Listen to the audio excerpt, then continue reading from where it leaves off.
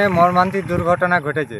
4 জনা ছেলে একটা মোটরসাইকেলে করে বেড়াবো নাম করে বেরিয়েছে। এবারে কোথায় গেছে জানি না।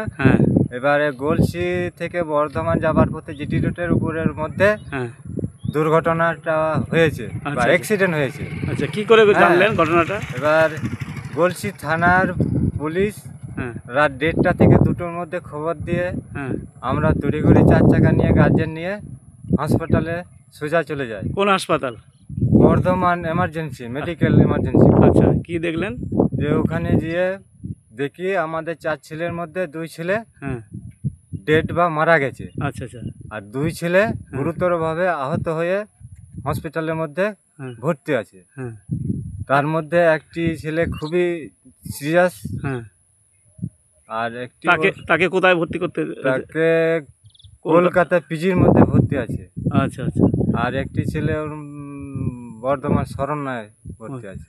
আচ্ছা, যে দুজনা মারা গেছেন তারা 2 ভাই, তাই তো? হ্যাঁ, একই পরিবারের ওরা দাদা ভাই। দাদার নাম কি? দাদার নাম জয়দেব হেমব্রম। বয়স কত হবে? বয়স অনুমানিক 24 থেকে 25। ছোট ভাইয়ের নাম হচ্ছে মহাদেব হেমব্রম। ওর বয়স অনুমানিক 20 থেকে 22। আর যে আহত হয়েছে ওই দুজনের নাম কেমন? নাম বলুন।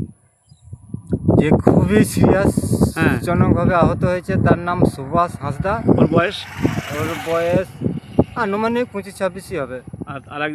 আর একজন সুমন টুডু।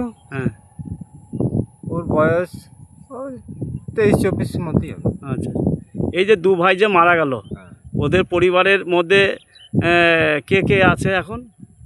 পরিবারের মধ্যে মা বাবা আর ওরা দুজনাই ছিল। ওরাই রুজি রোজগার করে সংসার চলতো। ওর বাবা প্রতিবন্ধী, চোখে দেখতে পায় না। আর এই যে মারা গেল দুজনা, এদের বাড়ি কোথায়? এদের বাড়ি হচ্ছে গলসি থানার শিরোরায় পঞ্চায়েতের চকখণ্ডজলি গ্রামে। আচ্ছা আচ্ছা আচ্ছা। আপনার নাম? আমার নাম সুমাই টুডু। আপনার বাড়ি? আমার বাড়ি এই চকখণ্ডজলি গ্রামে।